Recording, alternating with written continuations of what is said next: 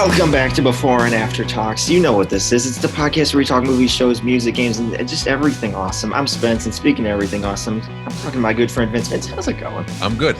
Spence, it's been a while. I mean, since we, first season, we just recorded the before episode for this. I'm feeling good, and I'm having fun. Oh, for sure. I'm having a blast. Unfortunately, we have to do this over Zoom. Don't know how I feel about that yet. You can probably tell how I feel, though. It's tricky to work with because there's always like that 1 second delay. So it's just like all of a sudden, then I see a smile. I'm just like, have we delayed? I can't tell. It's always tricky. We're banking episodes, and I recorded the After Hours with Billy, and he wanted to set this up. That was essentially what Zoom does for you. He wanted to set it up, and it took about 16 other steps. So we're basically recording a stream of a stream, and it was very odd. But the lag on that was, and the delay, oh my God, I felt like it was the news, the anchors ask you a question or the person out in the field. And then they're sitting there with a straight face, like, yeah. There's the nod. yes, that's what you said. The question's still going on their end. Yeah. So editing that video was a pain in the ass. I'll say that. I had to get rid of so many pauses. Yeah, it was too something. Anyways, this is the after for Taylor Swift's album, Folklore. Came out of nowhere, and it's a hit, I think. Oh, absolutely. For me, at least. What about you? I didn't listen to the whole thing. I normally would listen to the entire thing, but there is a lot of songs on this album, and I chose this topic. Yes, it is kind of topical, but Spencer is a ginormous Swiftie, if you didn't know or didn't listen to our first before episode on this. I think I specified last episode that I'm a casual listener, okay? Very casual. I know one or two, maybe all of them, who knows. But as of February 2019, he ranked all 129 songs she had at the time. So he's definitely a casual fan. Yeah, casual. Anybody does that, right? Exactly. But we're talking Folklore. You hear Folklore, what are you expecting out of that album? Just like we said in the before part, we had no idea what to expect. But what I was expecting at least was just an extension of Lover. That was my guess. Same vibe and stuff? Yeah, same vibe, same writing style, just overall same sound. Okay. This one, not at all what that is at all. This is a really slow, I don't want to say slow burn because that's always what you say to describe a movie. Yeah. But this is a very slow, very intimate album. Yeah. What about you? What did you think? How would you describe it? I definitely agree. I think I texted you that a couple days after I heard a few of the songs, or even just Cardigan and flipping through on Spotify. A majority of them are slow, and I love Taylor Swift's, poppy songs, and there's not too many on this album. Yeah, no, there's no big pop hit on this one. Like if you were to say, oh, what's the one that's going to be really popular? Yeah, on the last one, it was like Me. But this one, Archer, Me. This one, I have no idea. What is the big one? Is it Cardigan? With Cardigan, idea. I mean, if you're going to make the video for it first and drop that out of everything, it was an incredible video, and we're going to get to that very soon. It's got to be big. But there's other songs on here that I thought were better. Oh, yeah. Yeah, I think so too. Now, we're going to get into Cardigan's music video. And if you watched it on YouTube, there's so much that went into it. I think there has to be some Easter eggs that Spencer would know about, being a casual Swiftie. Yeah, just casual. Just like with all of hers, there's definitely references in basically every frame of shot. However, this is actually, she directed this one, just like The Man. This is her second time directing it. And, storyboarding and everything. This is her. So, this one's packed to the gills with stuff and references. Did she do Me? No, I don't think so. I don't think one with Brandon Urie, like you said, every shot, there was something in there for every shot. It was so weird. And people were trying to find out the name of the album through everything in that video. With the writing in the sky. Yeah, I remember that. But anyways, go ahead. This one there's definitely references everywhere. First things first, count the number of 13s you see, whether it's on the clock or whether there's writing on the couch, I think, or something like that. There might be writing in a book or something too, broken piano keys, whatever, you name it, count the 13s. That's the first thing I always do. The second one, not a lot of people know this. She paints in her free time. She's mentioned that before. above the piano at the start of the video, you see one of the paintings that she actually painted in quarantine. Take a look out for that. It's actually kind of cool. Wow, I didn't know that. Spencer, what was 13 though? 13, that's her number. She just does that with everything. She picks the most unluckiest number ever. Yeah, sadly. Okay. It's her birthday. And what she does is she just references that everywhere. I mean everywhere.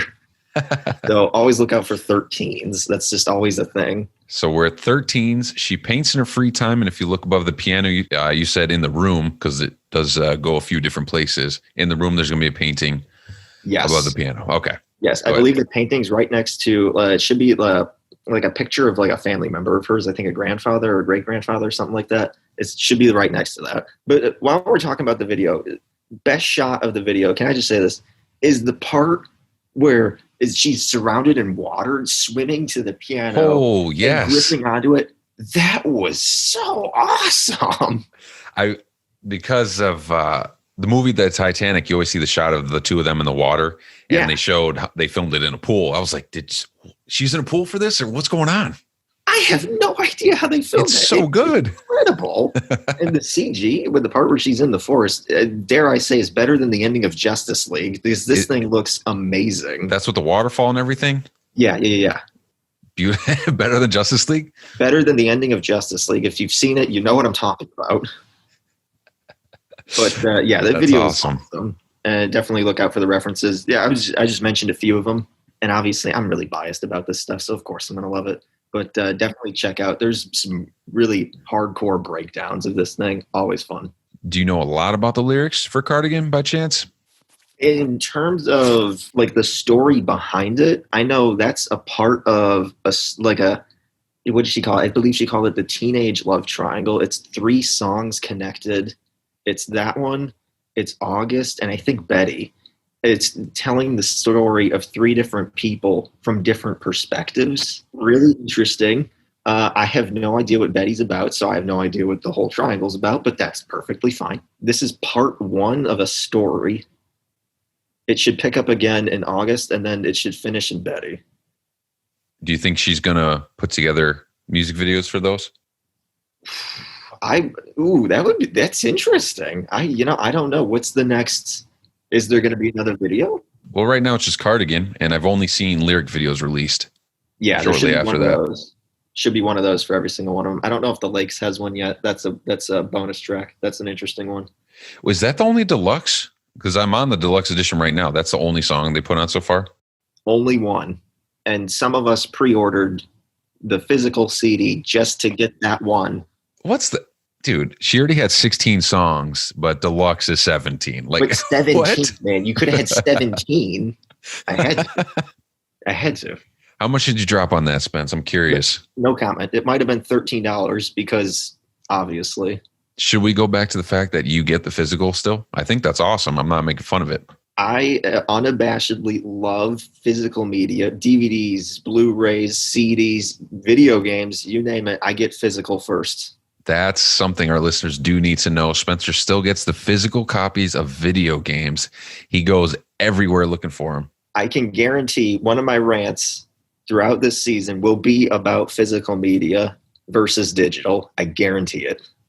All right. Well, Cardigan music video, look out for the painting. She probably posts more of those paintings, I'm guessing. Yeah, I'm pretty sure she showcased a couple of them on Instagram, I think. Really interesting stuff. Not a ton of people know that she paints. Like, check that out.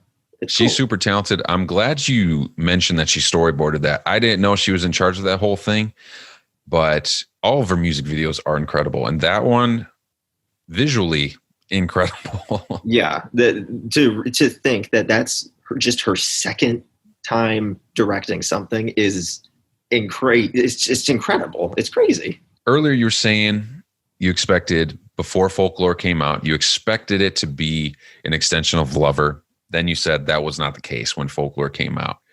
You wanted to talk about the style of writing in this. It's much slower, more intimate, and deeper. So with this one, just like you said, it's a lot slower. There's no big pop hits or anything. This is deeply personal, yet also fictional writing. She mentioned that this is just her imagination running wild while she's in quarantine, just writing stories about people. So the songs aren't specifically about exact things that happened with her, but it's just kind of stories that she wrote. Really interesting in how it showcases her creativity and in how she can just still write a really good song.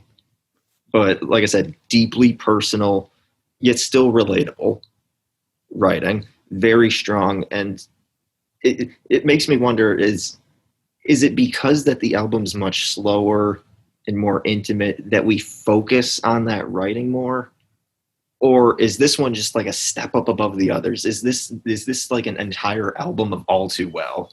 What do you think? Is it because it's slower that we focus on this? I think you have to at that point. If there's other slower songs in her other albums, but the poppy hits always take charge. So the slower songs become the deep cuts that only the real fans listen to. Doing an entire album of slow, deep hits is something I'm not familiar with at all. I mean, it's just not common. So yeah, you never hear that. Yeah, and I think it's really good. It's good to slow things down and actually think about stuff. I know they're doing that in video games right now. A couple of them, like Death Stranding, they're making you run around more, do less shooting, less action, so you actually slow down and appreciate that. And I know the director came out and talked about that, the reasoning for the extended gameplay of not much action. So to take that into music, it's a creative way to do it. And I'm glad that she did it, because I'm actually going to go through and listen to all these songs. And I'm glad that you mentioned, Betty in August. And I love when songs have story. That's one of my favorite things. I don't like songs that repeat too much, the Matchbox songs. So I'm excited and I love this album. Yeah, these are packed with story and just stuff that you can just follow along. Just even reading the lyrics, I definitely recommend listening. But just reading it, you can tell it's like there's a lot going on in these. And I don't want to call it like distraction that you would get with like a regular pop song, but there's not a lot of distraction. I'm going to say it 100 times, but this is very slow and it's going to make you think. I'm seeing it's because of quarantine. I'm seeing a lot of albums come out with that, either breakups or very sad stuff. Yeah. And it's interesting. It's a creative time. And I mean, music's always been influenced by the time. So why not? Absolutely. Yeah. This is a very good representation of, like, yeah, it's not all rainbows right now. As a casual Swifty fan yourself, you know a little bit more about her personal life. Is there things that stand out to you specifically that you can think of now from this album? You were talking a lot about the stories. Is there things that connect between, her life and that you're curious and interested about? I think there's definitely references to Joe Alwyn, obviously. Is that her boyfriend? Yes, the actor. There's, oddly enough, there's references to Ryan Reynolds and Blake Lively. Their kids' names are mentioned in the lyrics. What is it? James, Inez, and Betty. I'm pretty sure are their names. And she's good friends with them. So there's definitely 100%. All of her songs there's something about her in those. So she talks about her boyfriend, who she's kind of keeping things under wrap a little bit. There's definitely love happening in this album. And the one song I wanted to point out was Invisible String, I believe it was, which Maddie, you're going to hear from Maddie in a little while. I think she's going to touch on Invisible String. Did you listen to that by chance? Oh, yeah, I have. No, that one is just a really good... Yeah, unfortunately, all of these, I feel like you can just point out and say, this is a really good, slow love song. And I'm going to say it. Invisible String is a very good, slow love song.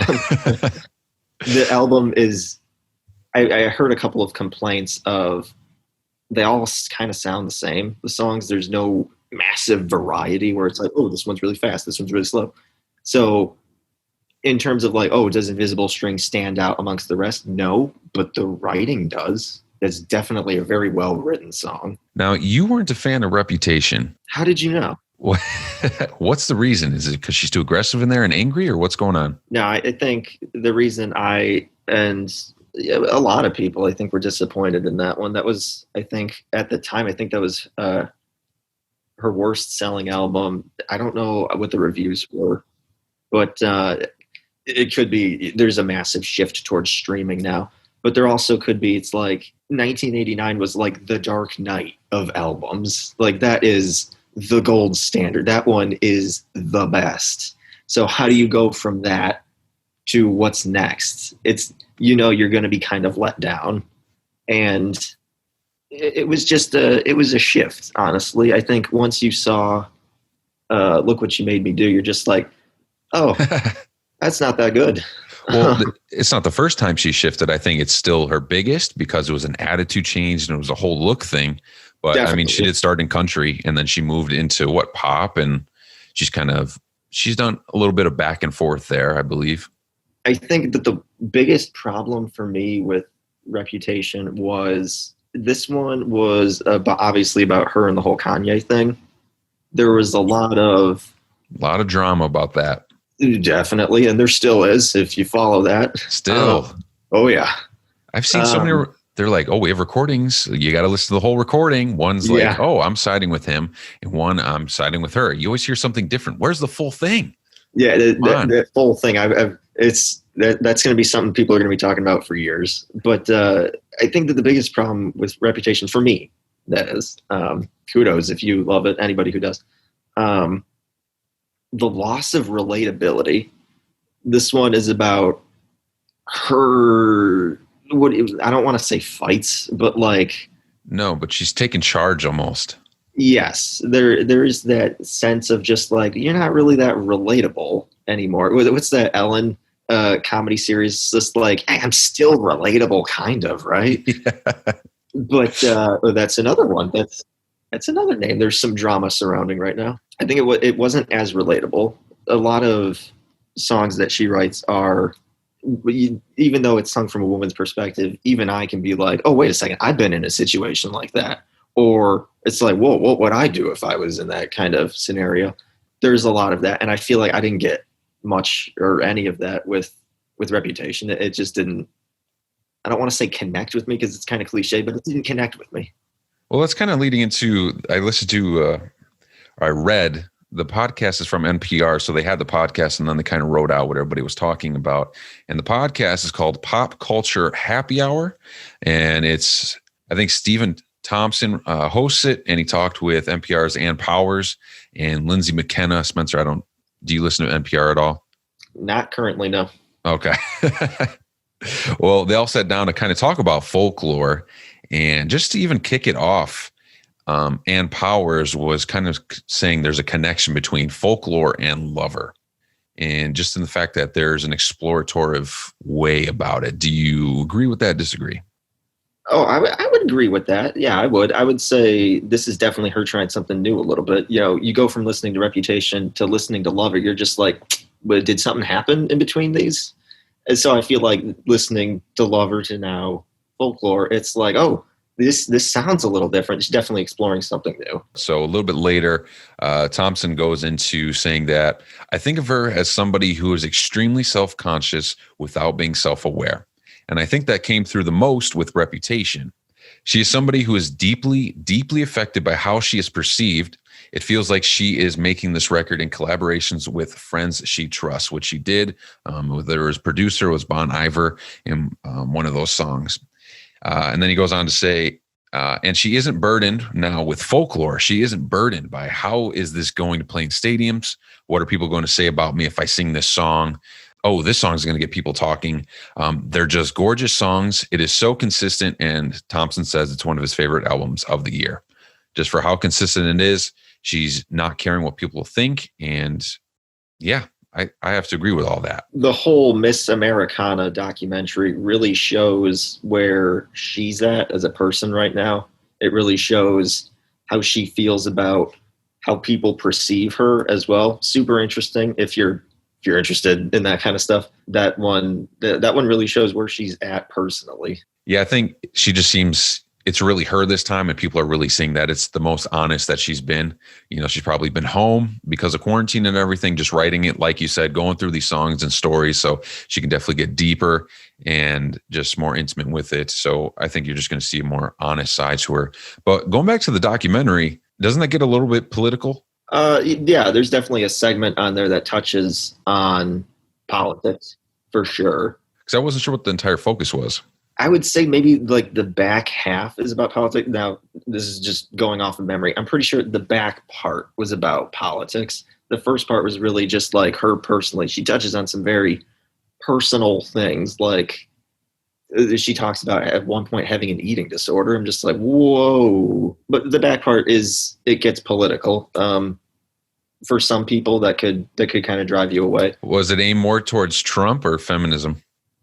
There's definitely references to him in there, and I think that that could turn some people away, or other people. It's just like whether or not you have that belief. It's just like this is theirs. This is their time to share it. Go right ahead.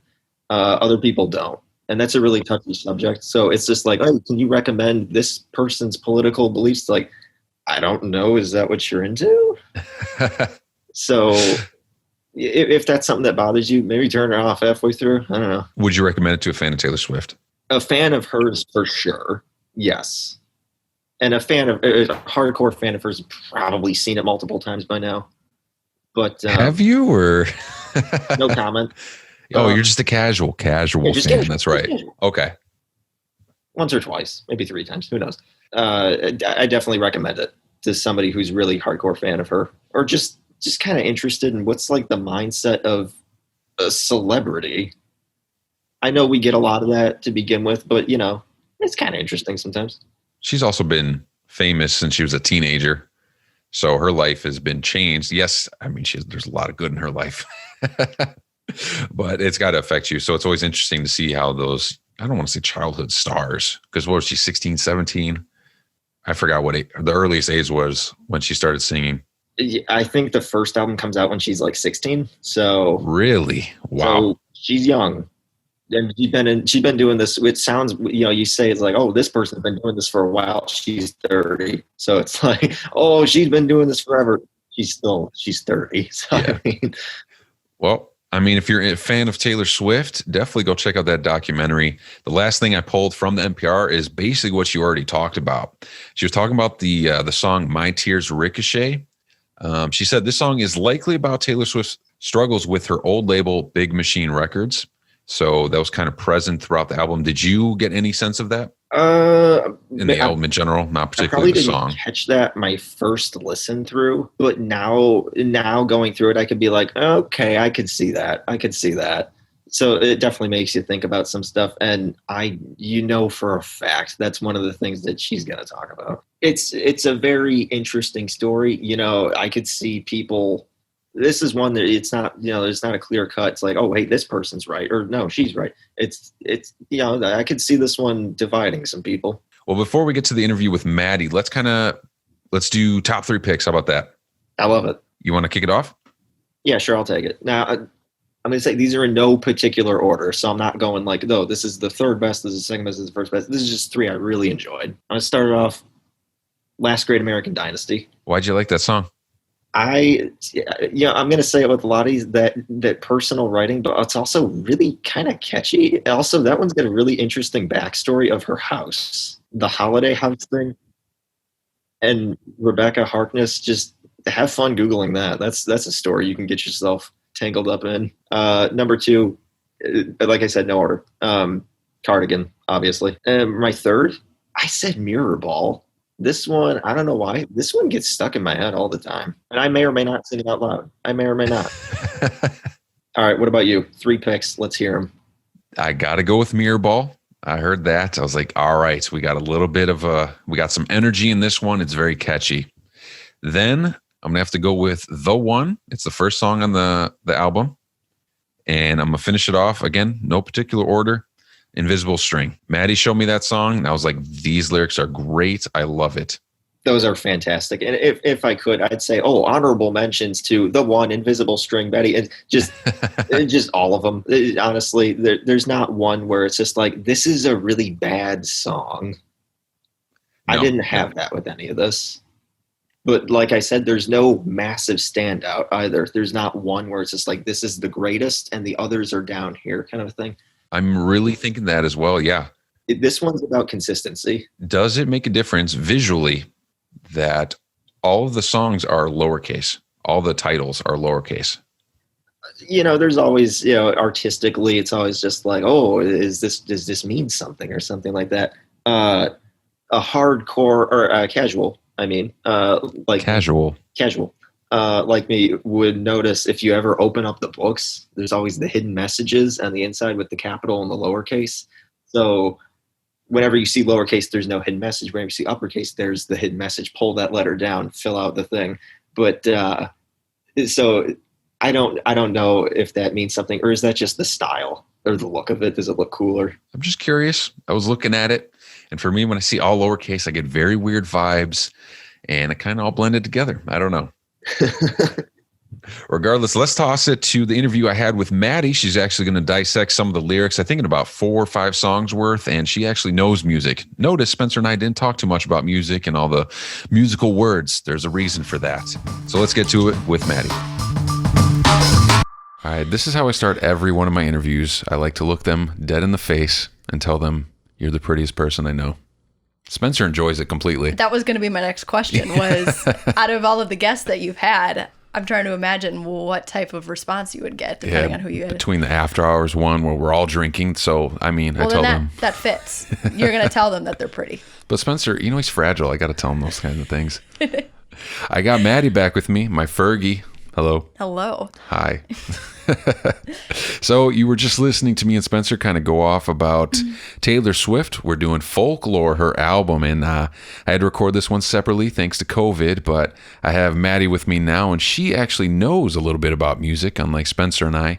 Notice in the beginning we did not know. We acknowledged it. Well, I'm no genius or I'm no master of it, but I would say I know the terms. Sure. Yeah, I would say that. So can't complain there, and that's why we didn't do it. We kind of just did Easter eggs and things to look for. But Maddie's going to be going through 3 songs and kind of looking at the lyrics, analyzing them, and kind of give you a taste of what to expect in this album. Yeah, I was really excited, actually, when you asked me to do this. I mean, it's been a hot minute since I've been on the show, and it's been a hot minute since, everybody else has heard me and Spencer and everybody else. But yeah, I'm excited to be back here. Taylor Swift's album is something of an Easter egg in itself. I mean, it's just something that nobody even knew what was coming until 24 hours before she released it. Yes. So, I mean, I don't know how you even prepare for that to begin with. Nope, she just dropped it. She dropped it, and the crazy thing is she dropped it because she was working on it all during quarantine. And I mean, I don't know about you, but I did not make a full album of 15 songs or so. When I was quarantined, I definitely did not take advantage of that time. So, and what's weird, if anybody listens to After Hours, Billy is actually starting an album and he's working on a bunch of songs, but looking at how much time and effort it takes to put that together. Oh, it's incredible. Now, I know Taylor Swift has more people helping. Yeah. But it's incredible the amount of work that goes into it. Well, and if you are taking a look to, or taking a listen is what I should say, to these songs, you will really hear the effort and the craft that was put into each one of them. I mean, this album definitely does not fit the breakout pop, single type of thing, but I mean, they are just so beautifully crafted. I really look forward to going and diving deep into a few of them. Yeah, it was really, we were talking, Spencer and I, there's no that standout single this time, besides Cardigan, simply because it had the music video come out first. But yeah. I haven't been listening to the radio as much, but it doesn't have, with Me or You Need to Calm Down on her last album or whatever it was. It just stands out. So this album, it seems like everything, you just go and listen, you find them yourself. It's definitely that quarantine album. I mean, we're going to look back at this. I mean, the year 2020 is going down in history for so many reasons, but for this especially too. I mean, everybody's going to remember this album of hers because it's going to be aligned to the time that we're in. It's definitely a quarantine album that you're just calm and you're listening to it. And it's one of those almost, I imagine, like a rainy day type of albums too. So, and especially with the Cardigan and just a lot of the, the imagery that she paints with all of it. It's crazy. They're slower and deeper songs. And some say, and we were talking about it before, but some have been saying this is the true her, where she doesn't have to worry about, how's this going to look on tour? Are people going to really enjoy this song? She doesn't care because she's just making music now. So that some say it's her most real album.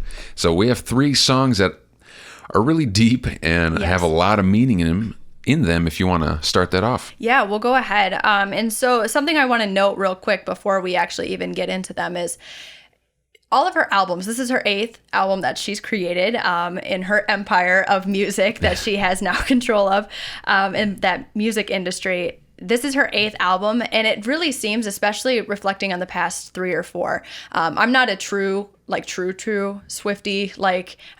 We know Spencer is. Spencer is that's casual the love of his fan. Life. Oh yeah, sure.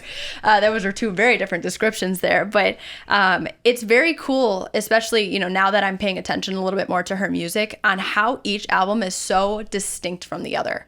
They all have a different sound, and they all have a different vibe, and they all have something so distinct about them, and it's honestly incredible because so many different artists can't get away with that.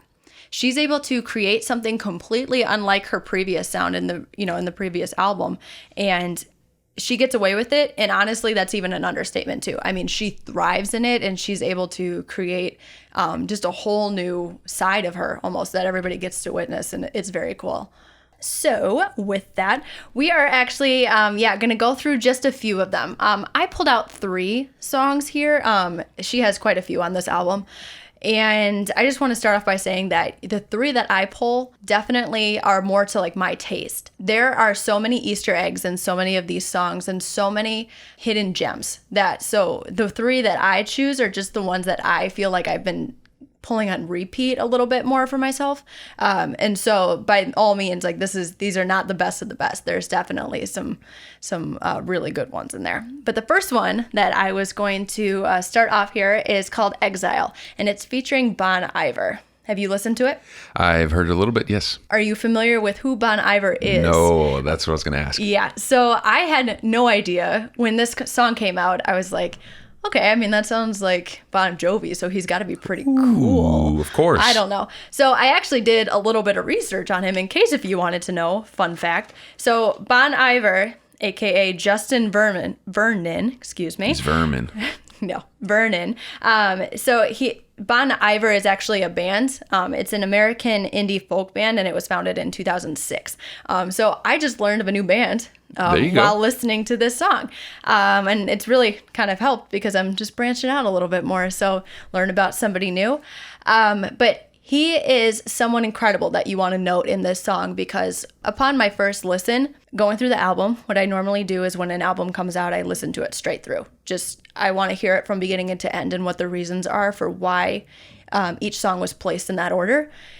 And I think this one's, 3 or 4 on the list. I believe it's number 4. And it's definitely surprising because you're expecting to hear Taylor Swift starting off right away in the first verse. And it's not. Oh, it's him. That's right. Yeah, yes. It's him. And he has such this deep, gruff voice. It's just so rich. And so starting off like that, especially when a song's usually featuring somebody else, they're usually, somewhere in the middle to the back end of the song, but he's right there to start. So it automatically sets that tone, plus the tone of his voice and that it's such a deep masculine voice. It really kind of sets up the story. The story of this song it's a little darker. It's a breakup song, but it's not one of her older, breakup songs it's not about teenage love. It's not about the silly things. This really kind of dives deep into more of a toxic relationship and getting out of that. And you can really hear that between the struggle of Justin's voice, or Bon Iver, and then Taylor's voice that comes in the second verse, because he sings the whole first verse and the chorus, and then she doesn't even come in until the second one. So his really gruff voice really has this beautiful juxtaposition with her light, airy voice that she has in the second verse, and it's just absolutely beautiful, and it's so wonderfully crafted.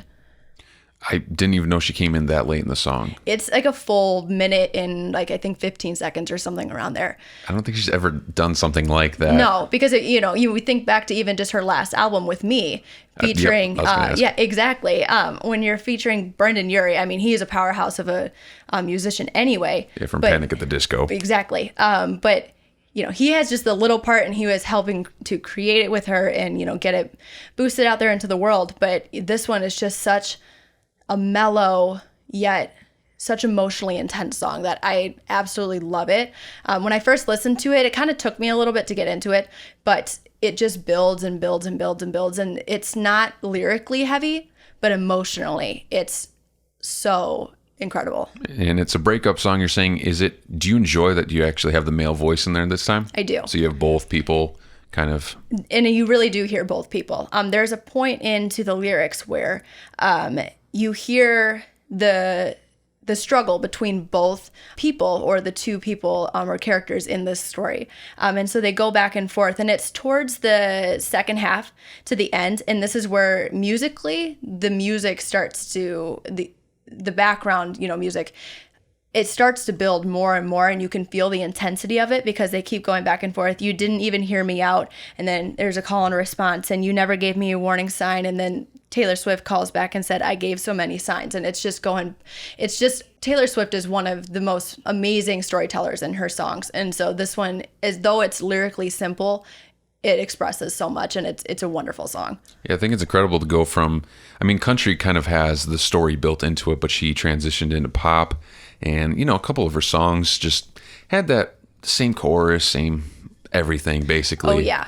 But she can really just expand, and this album proves that she can tell a story in her music. Exactly. And going back to the, it's not that regular old breakup song that you just kind of cry and get over it. This one is really deep, and it really shows her maturity at this point too, within her songwriting and, of course, where she's at in her life as well. Yeah, much different. We were saying she's in an actual relationship now that she's kind of keeping more under the wraps, and I think that's really helping her keeping her out of the media a little bit. And it seems like she's off the media to begin with. Oh yeah. Just the fact that she's not promoting albums as much and just putting stuff out there. Honestly, I don't even know. She doesn't even need to do that. The fact that she just dropped it 24 hours before, the news saying, there's a new album coming out. She doesn't even need to prep people. Everybody's like, okay, I'm ready. I'm clearing my schedule. I will be there at midnight to be listening to it when it comes out. She doesn't even need it. I think it's the way to go. Honestly. It generates so much excitement. I get down on myself, and I kind of forget when I see, we have a song coming out in 2 weeks or whatever. I'm excited for the time being, but it goes away. Oh, yeah. And no one was expecting it either, which made it so much more fun too. And the album itself is not one of those joyous, fun, let's go party type of thing. But she generated so much buzz around her music, and she always does. But especially with this one too, it was really cool. And we're saying, music's always been influenced by the times. Oh, and yeah. For this one to be a little bit, I don't know how to describe it, just deeper meaning, a little bit slower. It's definitely influenced by it. So you want to get into that next song? Yeah. And so this one's not as serious, I would say. It definitely is still a storyteller. And actually, all of these songs that I picked out are really rich in the story that she tells. So this one gets a little bit more complex in the lyrics. But what's cool is about her album is that she tells stories, but she doesn't always tell stories from her perspective. Yes. So this song, the next one that I'm doing, The Last Great American Dynasty, I know you aren't the biggest fan of this one. I just listened to it last night with you, all the way through. So it was actually good, and we were kind of curious who she was singing about. And so I found out. And so it takes me a little bit to really get those lyrics down in my head, and I knew it, but you kind of have to do a little bit of searching when you want to really know what the backstory is. And so I actually looked it up. And Glamour Magazine, thank you for letting me know what this song is about. And so it features, there's no hiding in the storytelling here. So it features two main characters, really one main character, and then the other one is just more of the reason why she's the main character. So we have Rebecca Harkness. And so she, back in the 1950s to the 90s, really, she was just a controversial socialite who used to live actually in Taylor Swift's Rhode Island mansion, aka the Holiday House, and it's actually mentioned in the story. If you look up the lyrics or you listen to the lyrics, there's no hiding. There's no Easter eggs in this. It just tells the story straight. So, the song starts out saying, Rebecca rode up on the afternoon train. It was sunny. Her salt box house on the coast took her mind off St. Louis. And then it introduces her then husband, Bill, or otherwise known as William Hale Harkness, who in 1947 married Rebecca, but he's the heir to the Standard Oil name. Really, just to put it into simple terms, he was rich. He was really rich. The last name just sounds familiar to begin with, so. There's a lot of history with this one. But basically what happened is they married, and then about 9 years later, he passed away. So she inherited all of his riches, his mansion, all of that sort of things. And of course, she was upset. But after his passing, she was throwing these lavish parties at the mansion. And since she inherited all of it, she became the spotlight of the story and of that mansion. And everybody gave her criticism for it. I mean, she was just ripped to shreds by some of these people and some of the why? Because she didn't really work for all of that. Exactly. Just took it from her husband. And he died quite early in his age. So it was unexpected. She was really criticized, and in the story, and as the lyrics go, she was actually blamed a lot of the time for his death. So as the lyrics continue, it talks about their wedding and all of that sort of stuff. They picked out the house, called it Holiday House. The parties were tasteful, all that sort of stuff. But then it starts to get a little bit more serious, and it says the doctor had told him to settle down. It must have been her fault his heart gave out. So it just kind of has that slight little twist there. It. And then it goes to the main focus of the song, and it talks about there goes the last great American dynasty, which it's talking about Bill, and if she never showed up, really what could have happened? Maybe he wouldn't have died, all this sort of stuff. They essentially blamed her for everything that she was doing. And of course, when she's using the money that she inherited, everybody just thought that was absolutely wrong. And so the story of this song is it's incredible. And I like that Taylor didn't really hide anything from it. She just shared the story. It gets a little bit crazier and crazier because it talks about the different, the parties that she had and all of the crazy things she did with the money. And then it repeats the chorus saying that there goes the last great American dynasty. There's this wonderful part as it gets towards the end of the song. And it talks about when she gets a little bit older, Rebecca, all of the things that had happened. And even though she never remarried, it's just what had happened. So they say that she was seen on occasion pacing the rocks, staring out at the midnight sea. And in a feud with her neighbor, she stole his dog and died at Key Lime Green, which actually happened. So my favorite thing is Taylor just throws it in there. And it's such a great storyline to even just have as a song lyric. But then when it's true, I got all giddy with it. I was like, that's a true story? Like, oh my gosh, what an insane lady. Like, it was so cool. But what's really cool is at the end of that stanza, it says, 50 years is a long time, holiday house set quietly on that beach, free of women with madness, there are men in bad habits, and then it was bought by me. So then it turns to reflecting on Taylor, saying it was bought by me, and then it goes to kind of parallel her life and how she's been criticized for all of the things that she's done every single step of the way, no matter who she dated, what she did with her dating life, and then also on just, she's gotten more political over the past few years, and just, she's a pop star. She shouldn't speak out. So she gets criticized, and she's drawing a parallel to herself and the criticism she has faced for being too loud. So it's really cool on how she turns the story, saying, I now own this house, but yet these things are also happening to me. It's crazy. It's such a cool story. I get so excited about it. That is so creative. And oh my God. And she's a storyteller. That's so good. like when you hear the song, and I mean, you want to know the lyrics because it's so... I don't know. It's like you're reading a novel. Like you want to know the lyrics and you want to sing along with it. It's really awesome that she was able to turn it into a song. That's the best part about music is just that story in it and just understanding it all. And then would this song still have the same kind of pow if you didn't know the reasons behind it, do you think? How did you feel before? I mean, I was really excited. I just like the song in general, and I just love a good song that really knows how to tell the story.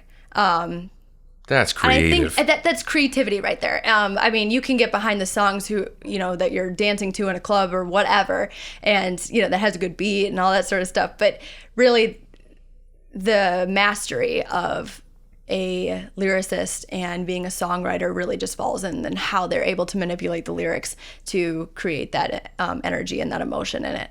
Well, I think she knocked it out of the park with that song alone. It's really cool. And so I didn't even know. I definitely say now, knowing that, you need to go take another listen. It's cool. And there's no hiding any of the facts. It's just exactly what it was. And I just like that she's telling, it's not always focused on her with this album. It's other people too, or just made up characters she's had. I think this podcast was missing something, and you just gave it to us. Oh. That was awesome. Well, Thank you for sharing that. Man, I was thinking it was going to be an overrated song. Nobody really liked it, but I'm glad you liked it. Now I have to like it. Yep. I like it. I like knowing the reasons behind the song. Yep. The whole story. It's great. That's always what I have to do. I don't know. It always clicks better when I do that. Yep, gotta remember it. So you have one more song. Yes, this one's a lot more lighthearted than the ones I just said, the first two that I went through. So this one is Invisible String. And actually, a couple of weeks ago, I made you listen to it when I had a lyrical revelation on what the song was That's about. what we'll call it. I'm just going to make it that statement, and that's what it was. Because it takes me a little bit to kind of figure out the stories. I try not to look things up ahead of time just because I want to figure it out for myself. And so when this song came out, it's really cute. I mean, it just has a really cute, like a little bit more of a poppy beat to it, but still that calmer energy. But all of a sudden I was listening to the lyrics. I was like, oh my gosh, this is a song about how she met her now, boyfriend that she's kind of kept under wraps. And as you said, her life has gotten a lot more private because she was criticized for so long and she was just, I'm done. But her boyfriend that she's had for over 3 years, it's probably getting close to 4. This is basically the song on how they met. And it's the cutest thing ever. And so the whole idea about this is the invisible string is about a relationship where two people are somehow tied together, but they never really knew it until they really got together. And I can argue that some of the best relationships or some of the best love stories are those where two people are somehow tied together, or, they're somehow connected, but then it just gets better once they get together in the end. Jim and Pam. I'm just saying. But it's just one of, you argue that they're some of the best love stories because you're always rooting for them. And so this song kind of takes you through that journey about how they kind of somehow came together just almost on a coincidental, sort of situation. Some of the best lyrics that I have to offer here is really, it talks about in the beginning, she always went to Centennial Park and always thinking that she was going to meet somebody there, but it just kind of sets the scene there. And then it goes into more of his background story with the lyric of the second verse saying, "Bad was the blood of the song in the cab on your first trip to LA," because he is British. And so when the first time he came to LA, it was the song that was playing, her song, Bad Blood, which is kind of cool. And then he ate at her favorite spot for dinner. Bold was the waitress on our 3-year date, getting lunch down by the lakes. She said I looked like an American singer. It's just really cute. Obviously, she recognized her, but not enough saying like, "Oh, are you Taylor Swift?" Just kind of mentioned it, which is super cute. And then towards the end, my all-time favorite lyric that pulls out is when she says, "Cold was the steel of my axe to grind for the boys who broke my heart. Now I send their babies presents." And that's just a nice little subtle nod to Joe Jonas and Sophie Turner having their kid this year. And right there just shows the maturity and the age that she's at in her life. And, that point, because, all of her songs were about those breakups or the love songs and just kind of that teenage love. And then it comes back to that lyric and, she's saying like, "Forget it all. We're all adults. I'm so excited for you." It's such a cute little subtle nod there. And if you haven't listened to the song, it's like one of my favorite parts of the whole thing. I brought up the Sophia Turner. What's her? Sophie Turner. Yeah. Sophie Turner. Yeah. This definitely seems like she's moving on, getting past a lot of things, especially going past Reputation album. Oh yeah. I mean, that was kind of it wasn't a relationship thing. I always like to equate that to like her more subtle Miley Cyrus moment where, the whole, the VMA sort of performance that Miley gave, I think that was like 6 years ago now. But where that was her moment where she decided, I'm breaking away from the image that I, had.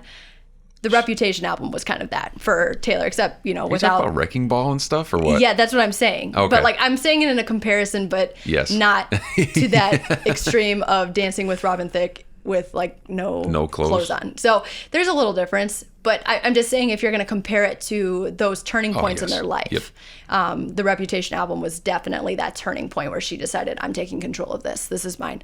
And since then, we've had Lover and now Folklore. Oh, yeah. And both happier albums and more mature, I guess you can say. Oh, and you can hear it, too. And I'm so excited to see. I mean, this is her 8th. And she's not stopping anytime soon. No. So I'm really excited to hear what comes out of this more mature sound of hers. And like I said, even with these 3 songs that I just went through, there are so many great ones on that album that you'll need to listen to because there's so many things and so many Easter eggs, like I said, and she's, the queen of doing that anyway. But just because I chose these three, I just gave a little bit of taste of what I tend to put on repeat. But there's so many great ones on there. And you already heard Spencer talk about the 3 songs that were connected. Yep. Right now, the deluxe edition has 1 extra song on there. Okay. And I haven't scheduled when this podcast will come out, but she's already started compiling an LP of songs that are all connected. So there's going to be more story, and you can just tell from what she did, she's getting ready to release more. Oh, yeah. So I'm really looking forward to that. I am too. I'd want to know more from her voice and from her point of view and putting that together. Because a lot of the things, when I was looking a couple of things up, there's all of these tabloids and all of these sources that are trying to, decode every single word that's in her songs. But hearing it from her is the best part. So it'd be really cool to listen to. Well, thank you for looking through these 3 songs. You actually did a really good job. Oh, thanks. Actually did a really good job. That sounds terrible the way I'm saying it, but just what you came up with and found in these songs were incredible. This is one of my favorite things to do. And, there's people who are such pop song snobs and they're like, oh, that's not music. You got to find the right ones. There's so much more effort put into these that people don't even understand. And I didn't even understand until I really kind of got into Taylor Swift. I mean, she's one of the best for sure. Yeah, when I told a couple of my friends I'm leading off the season 2 with Taylor Swift's album, they were definitely questioning that. Well, they shouldn't question Taylor Swift. No, and there's a reason. She's one of the most creative. Even if you're not a fan of her music, there's plenty of other things to look at and how creative she is. Oh, and now she's even directing her own music videos. So she's still one of the best concerts I've ever been to, and I will always say that. I mean, it was fantastic. So I can't wait to see what else even just she comes out with. Even if this doesn't turn out into a concert like you just said, if it's not meant to be a concert, it's not meant to be that kind of album. And either way, it's still wonderful to just sit back and listen. That's what it's for. It's serving its purpose, and right now it's fantastic. Yep. Maddie, thank you so much. So much. Thanks for having me.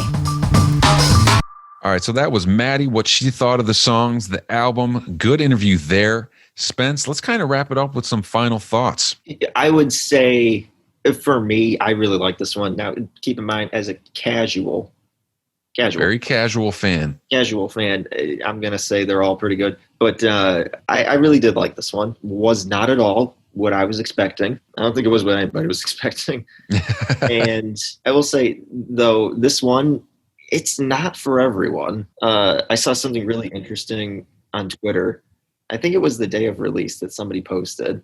It was something to the effect of like, if 2020 has been like a really disappointing year for you and you thought that this new music would really cheer you up and be that kind of thing to take your mind off some stuff, this isn't it. And I'm here to say, this is not it. But yeah, no, I really did like it and I'd recommend it, but just know going in, it's an acquired taste. It's not for everyone. What about you? I would definitely say the same thing. I think you have to listen to a few other albums of Taylor Swift to kind of understand, kind of read up on her a little bit, kind of get where she's coming from, kind of get what her past is like. I know this one is a lot of story, and yes, she may said it's all fictional characters, but there's relatability to it, and there has to be some reason she wrote about it, I would say. I do want to ask you, what do you think is next? You said before Folklore, it would be a continuation of Lover, but now we have Folklore. What's next? Given the release, there's like, it's less than a year away from Lover. We're already getting something new. I just thought this was, here's some stuff that I left off the last one. I didn't think we would hear news of anything new until 21. Now I have no idea. How long are we going to be in this situation for? If we're going to be like this, for another 6 months to a year, I could easily see it's like, well, she could easily do something again in like 6 months. I think the big question mark, as with anything nowadays, is how long is this kind of going to last? And we don't know. Another question is, like you said, what's going to happen next with the music? What's it going to sound like? What's it going to be like? And I don't know. And I think that's kind of the best part, isn't it? It's like, you never know what to expect. There's no concerts too. Normally album releases, tour. There is no tour. Her schedule is kind of open. And so she's got time. So I could see something happening, but I don't know what it is. And to me, that's just the best part. Because after a while, hearing the same thing kind of gets a little old, a little stagnant. And you're not going to get that with this. So I'm excited for whatever's next. She always keeps changing things. And I remember after Prince died, they went into his vault or virtual vault, whatever, but he had music that could make albums forever. And it's not like Taylor Swift doesn't have banked music, other things already created. She doesn't just keep it to the songs released on that album. So she's probably working on something else. I just don't know what. She did mention she was going to possibly re-record some of the last ones. I don't know what kind of legal situations that put in. I have no idea. I know for a fact there's unreleased stuff. However, that stuff is on the last label. So I don't know, again, legally what can happen with that. So there's a lot of big question marks right there. There's a lot going on. Definitely. That was the after review for Folklore. It's Taylor Swift's latest album. She dropped it without basically any warning, and we reviewed it just in time about 3 months later. How about that? Prompt as always. We'll be exactly right on time, just like this for everything else. Well, in the meantime, check out our other episodes. I think our next episode after this one is meeting the 3 blonde idiots. They're gaming content creators. Yes, there's a little bit of a warning with that. We're going to talk about oversaturation and why would you even create something like that in that type of market and field. You know, I mean, we're doing the same thing with podcasts, but that's okay. Regardless, check out the YouTube, listen to our other stuff, and thank you for listening.